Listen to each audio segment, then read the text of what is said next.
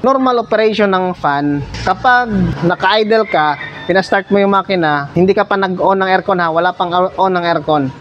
Pinastart mo siya, yung fan ay hindi kaagad yan gagana. So, kapag na-reach niya na yung tamang temperature, saka lang yan gagana. So, yung iba kasi, pag nakita na, uy, hindi gumagana yung fan mo, kakastart lang ng makina mo, hindi talaga yan gagana. So, hindi gumana.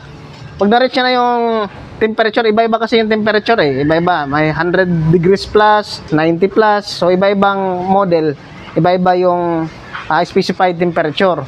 So pag na-reach niya na yun, saka lang papaganahin ng ECU yung fan. Magbibigay siya ngayon ng kuryente papunta dito para umikot yung fan, kasi nadidetect niya na na-reach na niya yung temperature.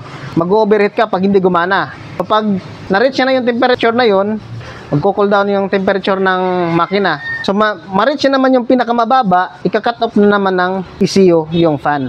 Yan. So, kaya, hindi palaging naka-under yan. Pag palaging naka-under yan, hindi ka agad niya ma-reach yung optimal temperature ng makina natin. So, ang ginagawa, kailangan nasa balance lang siya. Okay? Within that specified temperature.